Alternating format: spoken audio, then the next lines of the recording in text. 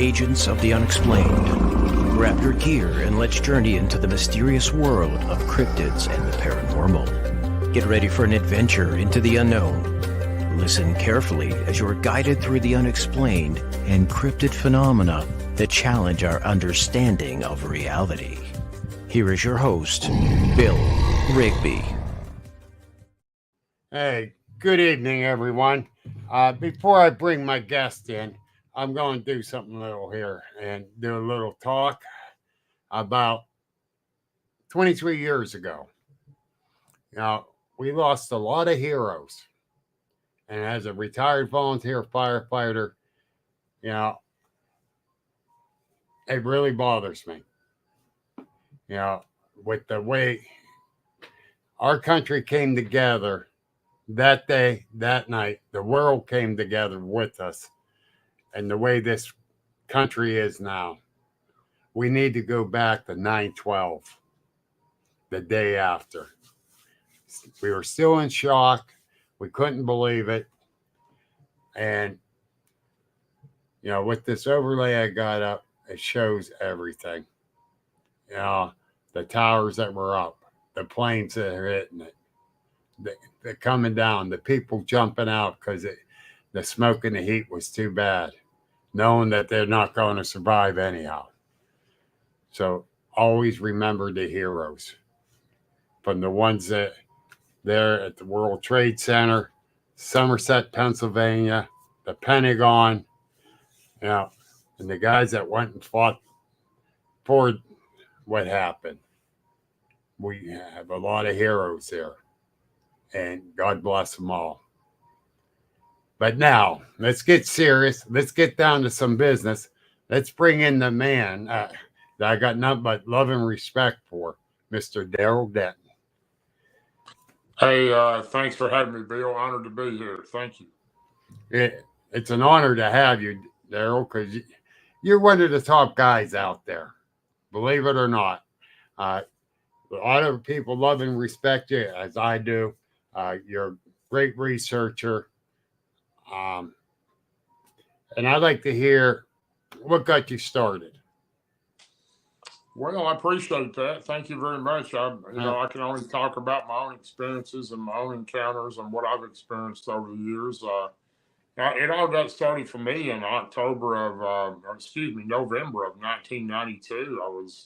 I was deer hunting on my grandfather's farm, and I won't say that I never did believe in Bigfoot. I didn't think much about them, especially in Tennessee area. I thought if they did exist, they were out west, in California, Washington, or British Columbia, Oregon, that way. And maybe some down around Boggy Creek in Arkansas, because I'd heard that story, but never considered them to be in the woods I hunted in Tennessee, Middle Tennessee, in a rural area. But it was. So, that was my first experience, November 6th of 92. Changed my life forever, and pretty much made me a believer, and also kept me quite frightened for a number of years. I don't scare very easy, but it took me quite a few years to get over the shock of thinking there's actually a monster in the woods. So yes. And that's how it all got started for me. I was hunting there with three of my buddies. We'd hunted there for the last 4 or 5 years. On my grandfather's large farm, they were in different areas. I was by myself, deep in. I'd never been that far in my grandfather's woods, but it was definitely a frightening, terrifying morning. And my granddad knew about these creatures, but he never told me about them. Because he didn't want you to think he was crazy.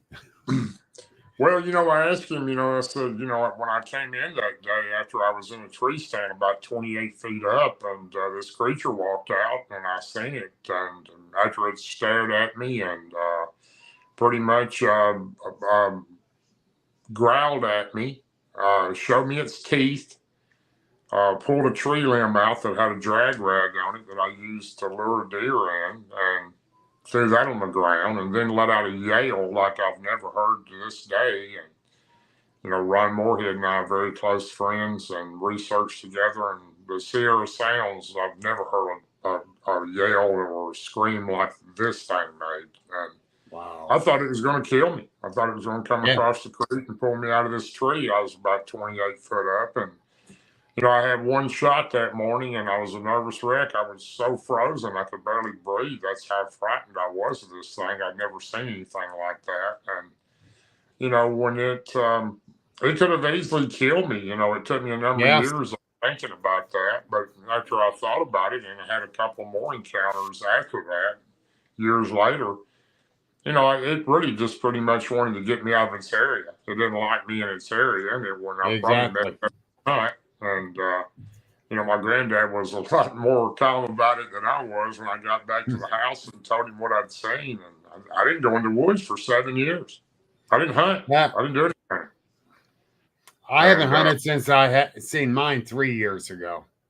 I know the feeling. I know that feeling. That's very understandable. Yeah. Because I know it is a living, breathing creature. And we don't hunt that. I've been fortunate enough. I don't really know. I do think some people, for some reason, are more able to see these creatures and seem to see more of them than other people do. And I don't know why that is, but I have some American Indian in me, and my grandmother was very spiritual, and I'm spiritual. I even speak a little bit of Native American language. At one time, I knew all that language that my grandmother taught me, but I do think that could possibly have something to do with these creatures being closer to me, because I'm very spiritual, and when I'm in the woods, I feel down to earth in the woods. I ground myself in the woods when I go in. Yes. I just have a different thing about me. I respect the woods, and I respect the creatures that live there. And we call the Bigfoot, in my language of the Lakota Sioux, we call it the Chayutanka, which means the great elder of the forest, the watcher, the keeper of the forest. And I still believe that after the encounters I've had over the year. I have a great respect for these creatures, and I don't think they're all harmful. I think a lot of them are just watchers, and they don't trust us, and they have a good reason not to. Because I agree. The white and like you said about the keepers of the forest, correct. A lot of different Native American tribes do call them that. Well, my native people definitely call them that. Like I said, the Chayutanka is what they relate them to, which means large elder, keeper of the forest. So, and it's definitely a large elder. I've never seen one myself over probably 8 foot or a little taller than that. And I've heard of people seeing them 10, 12, 16 feet. I've never, but I've seen quite a few of the creatures over the years, and all of them were a different type. None of them were the same. Now the ones that I befriended on the river in 1999, 7 years after I had my first encounter while fishing, those were a different, completely different looking creature. The first one I seen was what my granddad called it, a wood booger, and it was the meanest, ugliest creature I've ever seen. Its right side of his mouth was kind of contortion to different shape. It had real normal block teeth like a human, but it showed me its teeth, and it looked so aggressive and angry. I had a 50 caliber rifle that morning with a single shot muzzleloader, and I was quite frankly afraid to fire upon it because I was afraid one bullet wouldn't bring it down. But I was reluctant to do that unless it attacked me, and thank goodness it didn't. But I've never been back to that spot since, and like I said, I had nightmares and everything else for a good while. But fishing later on, and I run into these creatures again while I was fishing. And I had a whole different feeling about that type. They were never aggressive. They were friendly to me, and they seemed to understand what I brought to them. It wasn't anything like wanting to harm them. It was wanting to learn from them and try to understand what they were and what their purpose was in the forest. And I think they felt the same way with me. They seem to know your intentions and know your heart. I agree. I agree 100% on that. I do think they have a very strong spiritual ability to be able to do things that we're not understandable of. I don't know if they cloak. I think they do. You know, Ron Moorhead wrote the best book I've ever written about Bigfoot, and in my opinion, that was The Quantum. If you read that book, I've read it 4 times over the last 10 or 12 years, and every time I read it, I gain a little bit more knowledge from reading it. But it takes a bit for that book to soak into you, but it pretty much breaks it down. These creatures have a much higher vibration of energy, which allows them to do different things that we're not used to seeing. Some people say magical or spiritual. I don't know that it's magical, but it's definitely they're more powerful than we are. The ones that I knew on the river were definitely like that. So let me get this right. You believe they give off a stronger, better energy where they can read better on the people's attitudes, their intentions. Oh, I know they can do that. There's no doubt. I've been around many of them, but my main, what I'm trying to say is they have their energy is a higher vibration than ours. You know, energy, if you go back to even, you know, even the scientists that broke down the energy and described the energy, when you go back to the brilliant ones, they all talk about the vibration and the energy. And the vibration these creatures put off seems to raise their vibration higher than ours. Well, we can't do that for some reason. I don't know. My grandmother said we were able to do a lot of things, we just didn't practice it. So that's the thing too. And I'm studying about the vibrations and the energies that everything can put off, and because even a rock puts off vibrations. Believe it or not. Sure, anything that's made of matter, that's a solid, will put off some type of energy. So, you know, when you get into Einstein, he was a complete brilliant man that thought all energy could do things that other energies might not be able to. So, and you know, it's kind of hard when you think about that, what that actually means. But a higher vibration energy would definitely be able to molecule into something differently than we could possibly understand. Like, I lost them.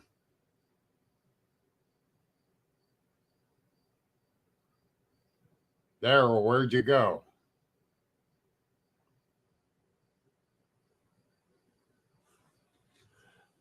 Let me see.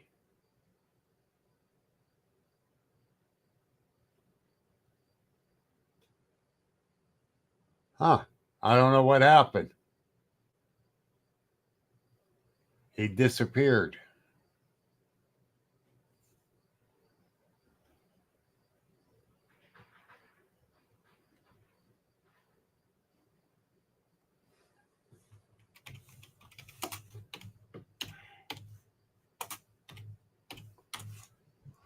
All right.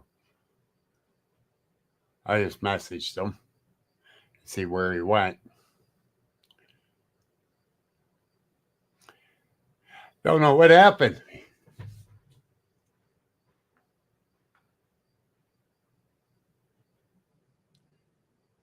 But anyhow, he should be coming back.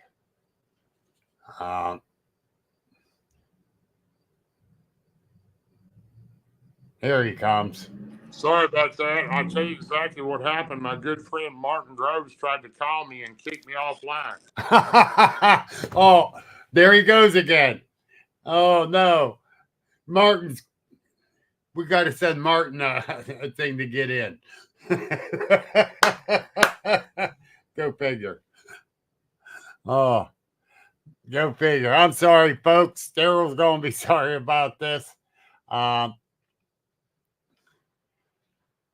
Let me see if he gets back here again. There he comes. I apologize, Bill. I'm laughing. Should we send Martin an invite? What happened was my good friend Martin Groves was trying to call me and he kicked me offline. Maybe we should send Martin an invite so he quit kicking you. Well, if I knew how to answer him without getting off, I would have. But he called twice, and both times that he called, he kicked me offline. So But That's okay. That's fine, brother. I'm sitting here laughing because weird stuff do happen, well, we were talking about the vibration of energy Yeah. at the same time that happened, so I guess that's a little different. But y'all have to excuse me tonight. I found out today that I've got COVID, so I hadn't been feeling Yeah. very well either. So my Well, apologies. I'm praying to God that it goes through you guys quickly. Him and his fiance both have COVID, so Right. keep them in your prayers. Thank you, Bill. I appreciate it. Yeah. I hope I answered your question without getting cut off. I think Yeah. I'm more babbling on than it was anything. But yeah, because we're studying more and more about the vibrations and the energies. And what do you think about the ley lines too? I think their ley lines have a whole lot to do with a lot of this stuff going on. And I have a real good friend named Rick McKenzie that lives way in the, I'm trying to think of the name of it. He lives so far in the middle of nowhere. It's Okanogan Valley of British Columbia.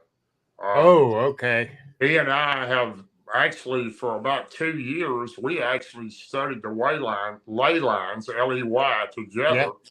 And, it's funny that when you mention that because, the ley lines, a ley line can be in your backyard. Yes. It can run right by your house. But, I didn't realize what ley lines were to that time when we really got to studying these things. The ancient Egyptians, and they based everything on the ley lines.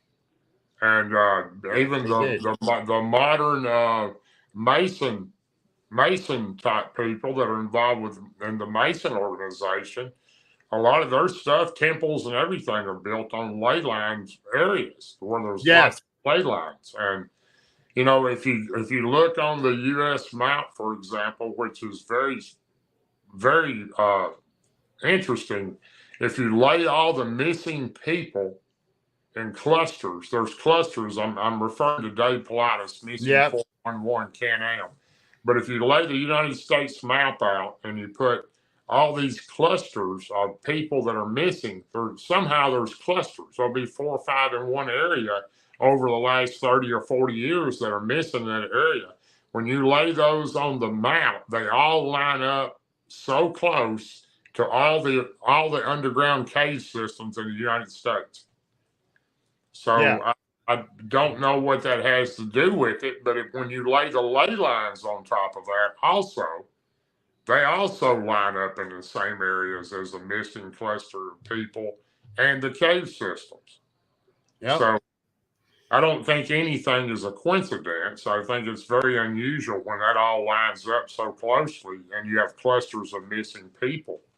And you also have a lot more sightings in those areas of certain type creatures like Bigfoot or Sasquatch or forest people, which I call some of them. And, I don't know how they relate to all the cryptids or the creatures out there, but I know that the sightings are related pretty close to those same areas.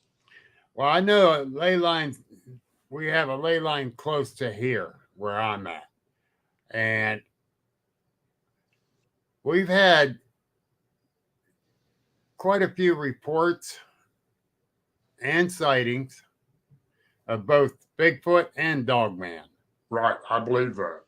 And if and most everybody knows, and I know you do, the ley lines supposedly where they crisscross numbers of them, like what I would call a cluster of ley lines, where maybe 40 or 50 of them cross over. That area also is known to carry a magnetic field. Yes. And it kind of makes you wonder if a lot of this doesn't have something to do with the magnetic field. So it's got something. Are they using the energy from this magnetic field? That's my point. Enhance theirs. And that's something. When I said we were studying about the vibration and energies, the ley lines go in with that. Exactly. 100%. And that's why I said, what do you think about the ley lines? And I figured you thought, Martin was Martin calling in again? Lost your voice.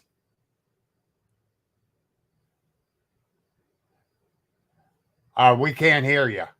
Is your mic? Your mic's not muted.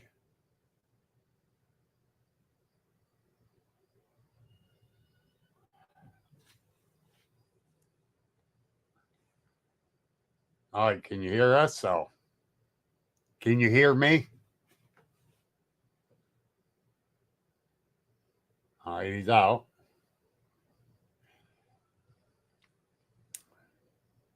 Don't know what's going on there. Dale, hello. And we got Tim out there too. Hi, Albert.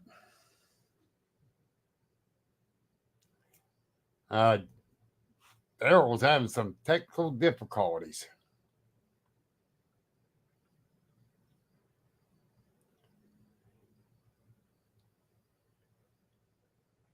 But anyhow, right now what we were discussing, the ley lines, the energy and vibrations, Darrell's sightings. And folks, he does have COVID. So keep him in your prayers. He's gone again. We got to keep him in our prayers, him and his fiance. And he's coming back. Let's see if this works. Bill, I'm going to have to reschedule with you if this keeps going. I've went off three times, and every time I've went off, somebody's trying to call me. It knocks me offline somehow. I don't know how to stop them from calling. So, but anyway, I'm back one more time. I apologize for the inconvenience. That's all right. And I still going to reschedule anyhow because I want you back again, and we'll discuss that later. Well, thank you, Bill. I apologize for the inconvenience, and to the audience also. I'm sorry I've got knocked off 2 or 3 times. So my apologies. And we're going to send Martin an invite to join us so he quits kicking you. Well, I've been worried. There he goes again. And I'm starting to wonder if it's not my phone doing this because I got kicked off again. There you go. So I don't know why it would be doing that. I haven't had any problem. A lot of podcasts. It could be the internet right now. Right now he's in New Jersey, Albert. All right, I'm going to just stay right here as close as I can, Bill, and just hold this phone. I apologize again, brother. That's no problem, brother. Believe me, I've had problems with the internet myself once in a great while. The last time I had this problem, I was on Jessica Jones' show about a year ago with her and Bigfoot Michigan Rob, and I lost them 3 times. So I guess I was due for another one. Yeah. Of course, it'd be my show. Well, I will reschedule. I'll make it up to you. Well, we got a lot to talk about, so we're going to need to get you scheduled again. But like we were talking about. For some reason, I can't stay on. I don't know what's going on here. Well, we'll go ahead and end it, and we'll reschedule you again for sometime next month. My deepest apologies. I don't know what's going on here, but I'm not sure either, Darrell. It could be the internet. It could be whatever. Yeah. But there he goes again, folks. Oh, there he's back.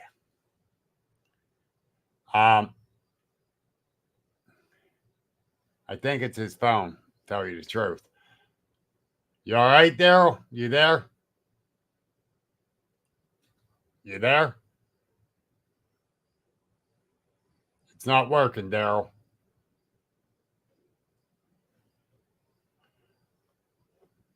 All right. I pulled him out. We're going to reschedule for him. He having all this technical difficulties. Oh, there he is. He's back. You back? He's gone. He's having technical difficulties, and we will reschedule him soon for next month since my month's filled up. Oh, here he's back. Bill, Yeah. I really do apologize. I have no idea what's going on. That's all right. We'll reschedule you for sometime next month. Well, you take my, again, I apologize and don't think it's anything toward you. I don't know what's going on here. Well, the technical difficulties, brother. We all know how that goes. Well, you will get hooked up again, and next time it won't be like this. Yeah. I'm looking forward to it because hope I didn't ruin your show tonight. No, you never do. You're a hell of a good man, Darrell, and I do appreciate you still trying to work through the difficulties with this technical crap. But I don't know what it. I really don't know what's going on. I need a phone call, but then it started going out by itself, so it's very strange. So, but anyway, wait a minute. Your phone caught COVID. It may have. It may have caught it like I did. That's a very good possibility.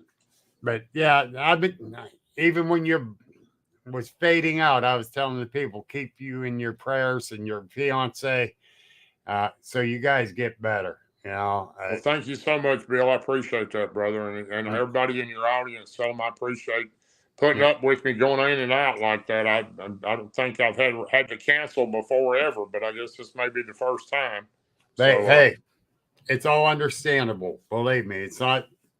I had someone canceled an hour before because he forgot. Well, I've never done that. If I tell somebody I'm on, and unless it's some kind of technical difficulty. But exactly, and I'll message you tomorrow. And all right, I hope I didn't ruin your show tonight. I hope. Oh hell no! You was making it interesting. Well, we can go on a little further if you want to. If you don't want to, that's fine. We can if you want to keep going. Yeah, we'll go on for another 15 or 20 minutes. See if I don't go off again. All right. If you go off again, we'll just call it a night. There you go, brother. And like I said, my apologies to you and your audience. Hey, no problem, brother. You know we love and respect you, Darrell, because you got a lot of experience. You do a lot of research, and you're very intelligent about it. Well, like I said, I don't think there is a such thing as an expert, but all I can tell you is what I've experienced and what I've encountered, and I've been very fortunate to have good teammates and that stuck with me. Martin's been with me 43 years, and just good people that I've had to be able to be out there researching with, like my team is Martin and Ron Moorhead and Martin Unley is one of my other teammates in certain areas. So we've been together a long time, and I certainly appreciate them. I wouldn't be where I'm at today without them. I want to get down there with you and Martin and Ron and go out. I really do.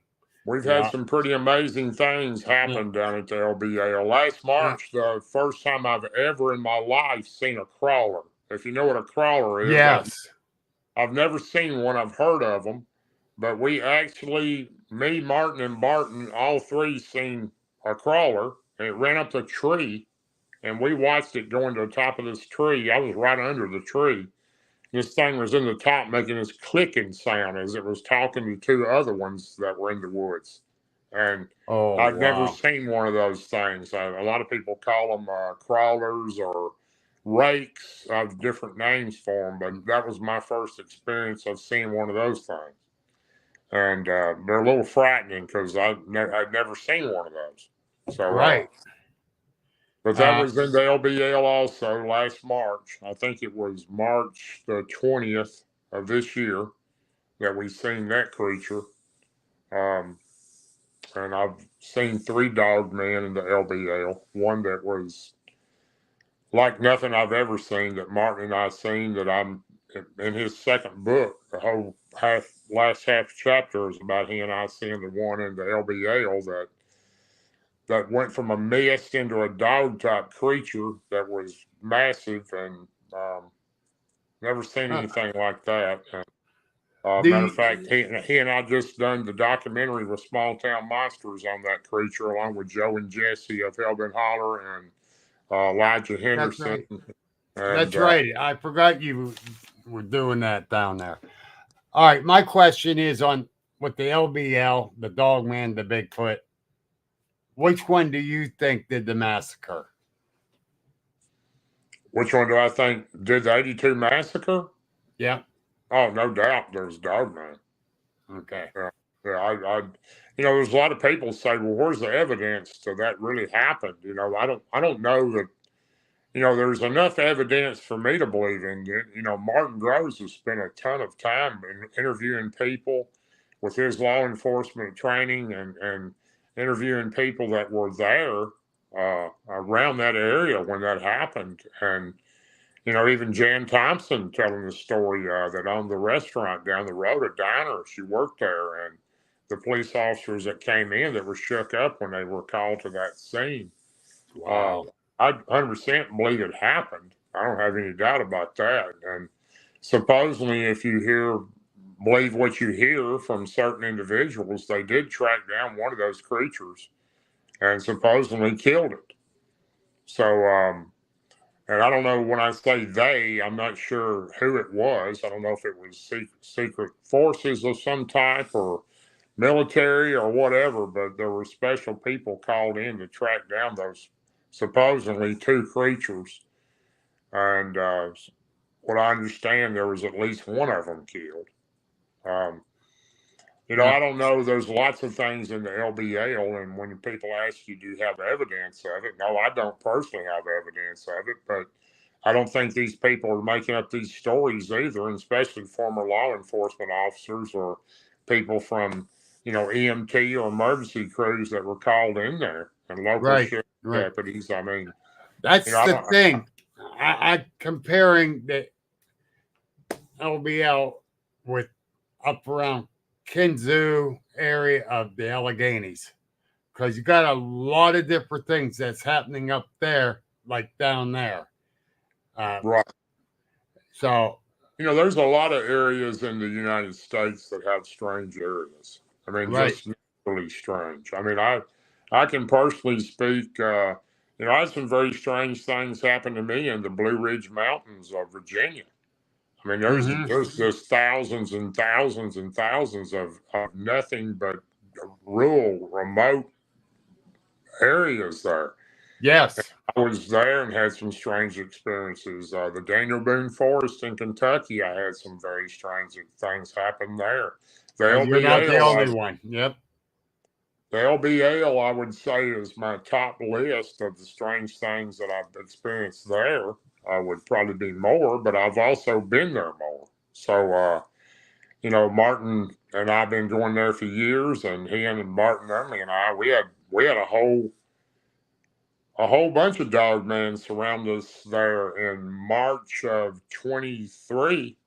We were in an area that we were told not to go to.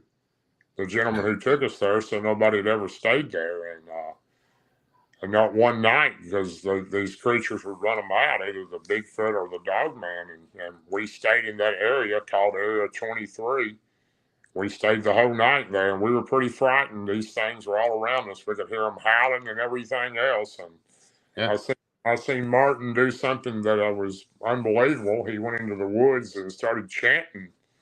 And when he did, and his true belief in Jesus Christ, he is what he has to defend himself, and he believes 100% whole in that.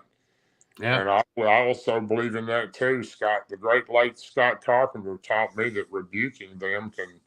All these creatures seem to know what Jesus Christ is, and whether you're a Christian or not, these creatures seem to be a little frightened of that, and they have respect for God or Jesus Christ. Right.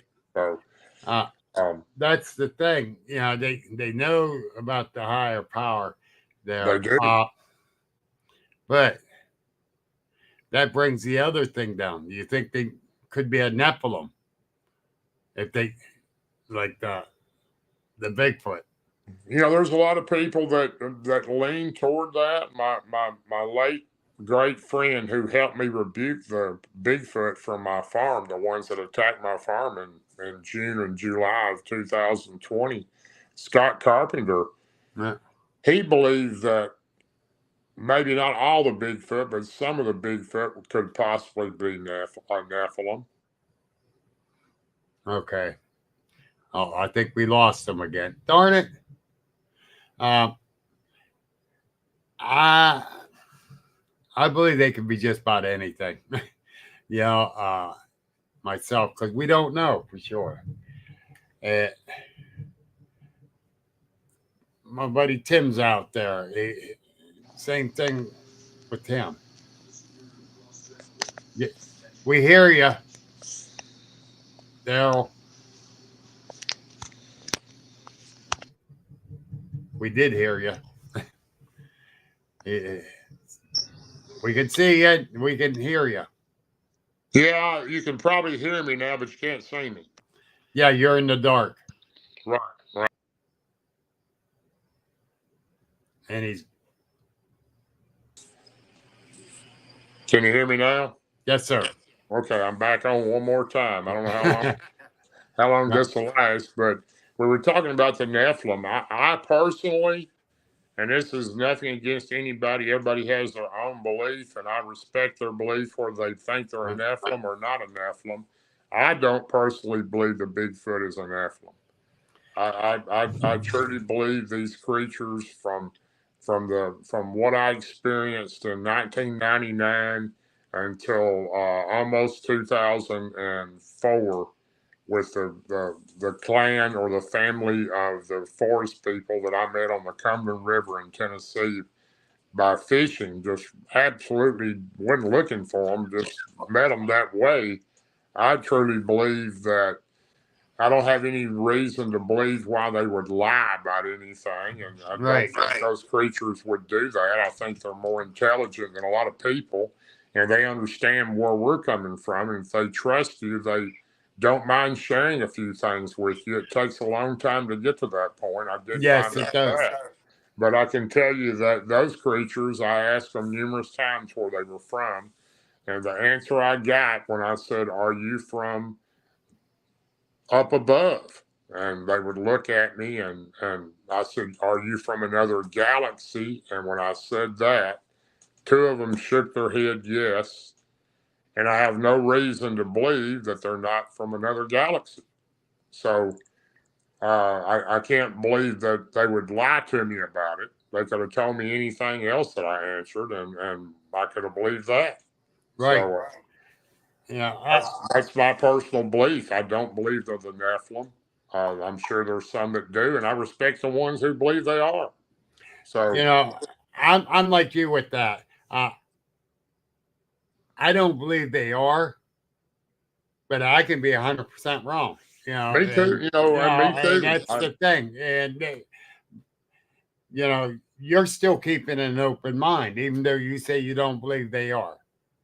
Yeah. Well, I personally believe the Nephilim type creatures, and I'm only going by what the Bible speaks of in that. And I'm no Bible scholar by any means. I just read the Bible and try to interpret it the best of my own ability, like everybody does. And everybody has different opinions of what certain things mean. But I believe the Nephilim is more like the 15 to 16. I don't think they want us to talk about the 15 to 16 foot hairy type creatures, man looking creatures that the U.S. soldiers ran into in the Kandahar giants in Afghanistan. That to me leans more like the Nephilim. Yes. And that may not be, but my opinion, the Kandahar giants of what the U.S. military has stated, they killed some of these creatures, and they were 15, 16 foot tall, hairy type, huge men. So, yeah, but the hair didn't cover their whole body, from what I know. That's true. It was more of a man type creature. Yes. And when you go back to David and Goliath, that was supposed to be a Nephilim type creature. So that's what I'm basing that on. And I don't know that to be the Nephilim either, but I would lean more toward that than I would Bigfoot being a Nephilim. And to go back with the Bible and that, Kandahar is close to that area. It's definitely in the Middle East. Yes. Yes. So, I can go along with that with you. Well, Truthfully. the Afghan soldiers, the ones who were on the U.S. side during the during the war over there, the Middle East war, Yeah. the earlier part, and then the most recent part where we were mainly against ISIS and all those type, Right. groups over there. They all talked about these huge creatures that lived in these caves in the mountains. Yep. And they'd known about it for centuries, what I understand. It's just a natural thing. They've been over there for thousands of years, maybe. But, what I want to understand is the U.S. soldiers ran into some of these creatures and they weren't very friendly. They tried to attack them and tried to hurt them. And by what I've understood, there were some servicemen killed from these creatures, but they also killed the creature. So, Yep. I don't know all the details, how true all that is. I just know what I've heard. So Yeah. And I believe the Kandahar giant, the one that got killed, I think it startled one of the soldiers so bad that he fired at it that made it go ballistic toward the soldiers. I can believe that 100%. Yeah, that's what I believe, because we would have heard over a lifetime of hearing about them, but we really didn't hear about them till this episode with the war and that. Right, right. That's true. So That's true. I believe they were peace loving, but it felt like it was being attacked, so it attacked back. I think you could be exactly right on that for sure. We don't really know everything that we would like to know about that, and I wish there was more information on those particular creatures that were killed. The government is so secret about everything. Oh. You never know the answers to half the stuff you would like to know because you're 100% right. You're 100% right, and that's the thing. Everyone say, "Well, look at how much information the government put out about the UFOs." I want what? That much? Well, yeah, but it only took like 50 years to get that much out of them. They denied them for years before they came out a couple of years ago and finally admitted it. Yep. So, I have no doubt in my mind that the United States government know about Bigfoot, and they know about some other creatures that are in the forest too. They're not going. The biggest reason they don't tell people, and they never will, in my opinion. First of all, you got the scientists that it just completely destroys their evolution wheel. They can't fit where the Bigfoot fits in there. Where does he fit? There is nowhere that he fits. So they're going to deny it because they don't want that messed up. They've made us believe that over the years. And then you got the national forest. It's a $2.8 billion, not million, $1 billion industry a year, these national parks and these forestries bring in for people camping and visiting and going to look at different areas and staying. They're not going to tell people there's a hairy, crazy creature running around out there about 8 foot tall that could possibly hurt you or harm you, or even a dog man that might take your life. I mean, they're not going to take a chance. Oh my God! Look at the stupid people out in Yellowstone National Park going up trying to get pet a buffalo.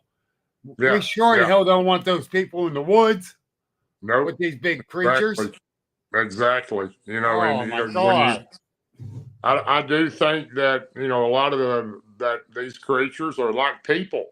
The Bigfoot that I run into a lot of them are kind. They're good. They're not looking to harm you as long as you don't harm them.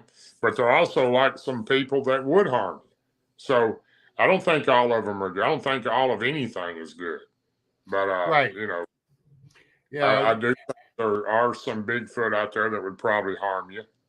I've been around a few that made me pretty nervous. But Scott Carpenter made plenty of issues when he did live broadcasts. He told people, he goes, "I'm not sure that we're not on the menu." Yeah, exactly. Around some of these creatures, and I'm not either. So I can't argue that one either. That evening I had my sighting, I was not on the menu because I was only 15 feet away from it. Right. So, did it scare me? Hell yes, it scared me. It, Well, you run into one that wasn't aggressive like that. It was more curious. it was because it was Yeah, leaning in, looking at me, right. Most of and the ones that I've run into are mainly curious, and they're just trying to understand you and understand your intentions, what you're doing in their area. When you go into the woods, that's their home. It's not yours. I mean, exactly, and that's what I people. tell everyone. Right. People will message me regularly and ask me what I need to do to go see one of these creatures. Well, first of all, if you have the wrong intent, you're not going to see one. And the second thing is, you don't ever find them; they find you. That's right. So, Go have a little campfire out in the woods somewhere. Make sure it's a safe one, and sit there. exactly. They'll come and look at it. Act normal. Play your guitar. Yeah. Whatever you want to do. Just chat with your friends and have some lunch or dinner and just be a normal person, and if they feel comfortable with you, they're going to come in and observe you, and you might have a chance to observe one of them. But if you're going to run through the woods with huge bright lights and guns and all type of equipment, yelling and screaming and banging on trees with ball bats, your chances of seeing a Bigfoot aren't very good. Yeah. Yeah. You can do a tree knock here, maybe there, Sure. once in Yeah. a great while, but just to go beat on the tree, you ain't bringing them in. Right. That and screaming, hollering, all the bright lights. Yeah. But I found out real easy. If you want to keep Bigfoot away from your house or your area, put you up some trail cameras and some motion sensor lights, and you won't have any problem with them. Yep. And people say, "Oh, you think they see the infrared?" Hell yes, they do. Sure do. And I also think they're smart enough that they see you when you get out of your vehicle. They got a watcher and he's watching you. They know when you're coming in the woods. And I know for a fact that the crows, I'm talking about the ravens or crows, yep. also will let them know someone's coming in. They will make a lot of noise and let them know someone's coming in. The owls will also do that at night. And I have no doubt in my mind, I've witnessed what coyotes do for Bigfoot. They hunt for them. Yeah. These creatures are all living in the forest together, and they kind of take care of each other. I got a picture of a coyote twisted up like a wet dish rag. I believe that. I've seen some coyotes ripped up pretty good, and in a certain area, Cheatham County, Tennessee. I'd never seen one twisted up like that. It was just unreal. And do coyotes help hunt with them? I think they do, but at the same time, don't piss them off. A good friend of mine that I researched with for a lot of years and still do occasionally down in Cheatham County, Tennessee, we had a FLIR one night in a spot that we had quite a few encounters in Cheatham County, Tennessee, and we heard a pack of coyotes coming from deep in the woods, and we actually, Billy with that FLIR watched the coyotes come all the way out into a field, and they were chasing a small deer. Yeah. And he passed the FLIR to me, and I watched it too. You could see these coyotes chasing this deer, and finally they brought the young. It wasn't a full-grown deer. It was probably a little more than a fawn, but it did take the deer down. And when it did take it down, it was only a few minutes. The coyotes ran away, and a Bigfoot ran out of the woods, picked this thing up, and ran back into the woods. Wow. And Billy actually seen that with his FLIR in his hand. Yeah. I was at Corky Marple's place, Corky's Research. It was a Memorial weekend, and he was doing like a little get-together cookout right at his research area so we can BS about our research and all that. Well, he took these small metal buckets and put a couple glow sticks on each side of it and fill it up with peanuts still in the shell. And there was 4 buckets. So they took them up and hung them up in these trees. Comes about 1 o'clock in the morning, things are starting to wind down, and I look up there because constantly all of us kept looking up, but finally we're just all giving up because don't see the buckets Right. moving. Well, we turned around and I'm looking up there and I see it doing this number. I'm like, did that bucket just move? So I'm watching and watching, and again, boom. I'm like, it did move. Hey guys, that bucket at the top's moving. Well, Jay Fouch jumped up with his flare. And he's shining up there. There was two sitting up there eating peanuts watching us. Oh, I don't doubt it. I don't doubt it. Yeah. I got all these other witnesses. They seen it too. So there was like close to a dozen of us there. Right. I believe that. Yeah, they're, those creatures are very intelligent, and Yes. they seem to pick up fear at the right time with their energy. So I don't doubt that a bit. I've heard of things similar to that, not with peanuts in a bucket, but similar situations where they come in to eat food. Yep. But anyway, Yep. I've had a lot of experiences, and some of them are kind of hard to understand with these creatures. But there again, they definitely are intelligent, and Right. they know they have a way to pick up on your intelligence too, on what you're thinking. I know they can smell resin. Well, I don't know, but I know that the very few times I've carried a weapon in the woods, a pistol or some type of a revolver, they can. I think they can smell the gunpowder in it. Oh, I know So they can. That's why I won't carry going yeah. in.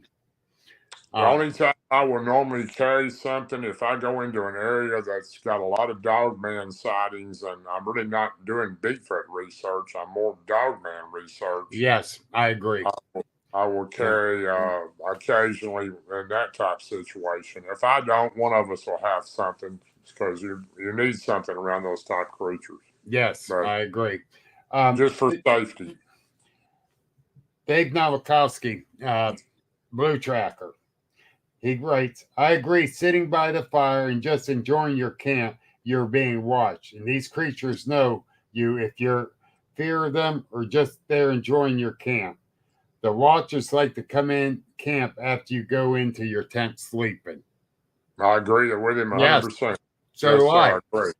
Because, Ohio Bigfoot researchers are out there. Tim Gayhart. He knows that for a fact too, where we all camp at, and they come into the camp on us. Actually, he got me beat this year. My sighting was 15 feet away. This past August, he just had one within 8 feet of his truck while him and Gwen Purcell was sitting on the back of his truck. Wow. And I actually got a handprint. They got a handprint from it. That's cool. Where it touched his truck. So the area is Salt Fork State Park up in Ohio there. Sure, yeah, it's well known for Bigfoot sightings in that area. Yeah. It is, and it's a very, very active area. We've had them coming in, watching us at the group camp area. You see where they were sitting on the outskirts watching us. And Jack Warren's seen one stick its hand out from behind a tent and grabbed some food off a picnic table that was close to that tent and the upper end. He said, I saw that arm come out and grab that stuff. And he was telling me about that. I went, oh, wow, this is neat. That's pretty awesome there. I've heard of some pretty bold things from those creatures. Some of them are a little bolder than other ones, and if they start feeling comfortable with you, they'll do more of those type things. But with the one that I saw, I think it was doing the great Native American tradition of counting coup. See how close it can get to me. Right. And if I didn't catch that tiny little movement out of the corner of my right eye, I probably would never have seen it. It probably got right next to me. even though it was nailed down. Barton Nunley and I, Barton Nunley and I, and well, it was all four of us, Martin Groves and Ron Moorhead. They were actually inside the cabin. It was probably 11 o'clock at night. This is last October, a year ago. Barton was doing an interview with me about my first experience, and we were sitting around the campfire there, and we had Bigfoot right behind the cabin. They had been there numerous times, and you could hear them. They would look up. You could see them looking around the tree. You could hear them breaking limbs. And if you ever go back and listen to that interview that I've actually posted quite a few times, it's Bart Nunley's Inhumanoids film where he interviewed me. You can hear the Bigfoot in that film. Me and him were kind of laughing about it. We got a Bigfoot behind us, Bart. You could hear one break a limb, and you could hear one make a whoop noise. And these creatures were just sitting and watching us from this creek ravine. And they were upset because we weren't paying them any attention. We were just, they had been around there for 2 or 3 days with us, and they would come out at night. There was a younger one, juvenile, and one a little bigger. They weren't full-grown ones, but they were trying to get our attention. And if you listen to that interview, it's pretty crazy, all the stuff you can hear these creatures making. We're breaking limbs and making noises, and Martin and I are just talking normal, and just like we were talking about sitting around a campfire. And they weren't paying any attention to us at all. What we were thinking, they were letting us know they were there and they weren't leaving. Oh, that's cool.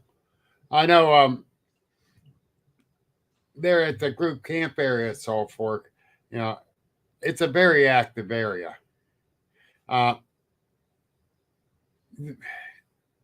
More active than most spots, I can say. But even Tim probably can say some of the stuff people are saying are not that good of a sighting. People just think it is.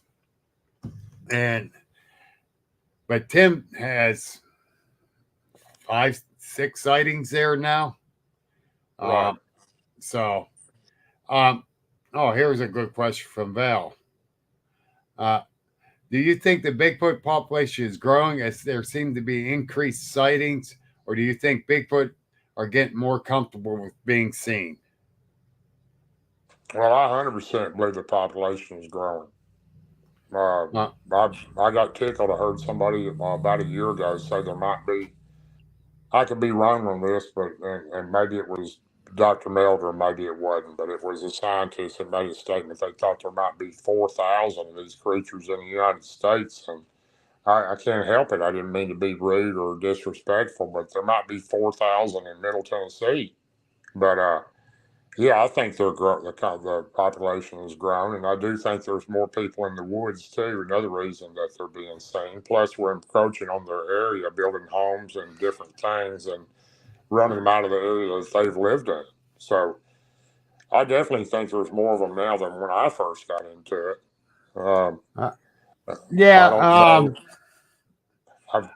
I believe people are more comfortable coming forward and saying about their sightings.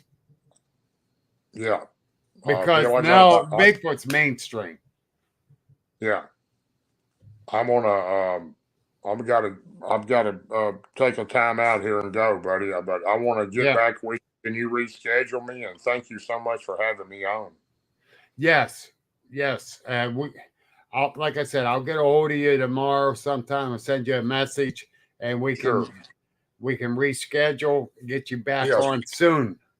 Yeah, thank you so much for having me. And everybody, please excuse me in the audience, but my phone is about gone, and I've been fighting this COVID at the same time. So I appreciate Bill having me, and I have the greatest respect for him, and I'm going to be back on his show again. Thank y'all very much. Hey, thank you, Darrell, very, very much. We appreciate you more than you know, and thank you, brother. Your field to get better quick, please. I will. Thank you, Bill. All right, folks. Thank you for tuning in. We are going to jump on out of here, and we will talk to you soon. I'll have him rescheduled sometime for next month so we can get more in depth in this conversation. The dude is great. Tracker, Mr. Blue, I will ask him that next month. I'll let everyone know what day he's going to be on again. God bless him, man. He's an awesome dude. Hi, Dave Bruce. Everyone, thank you for tuning in. We'll talk again soon. Thank you for tuning in to the Agents of the Unexplained. Please visit our website at agentsoftheunexplained.net for unique paranormal merchandise like t-shirts, books, and coffee mugs. Join our Facebook group and subscribe to our YouTube channel for more thrilling content. Until next time, keep questioning the unexplainable.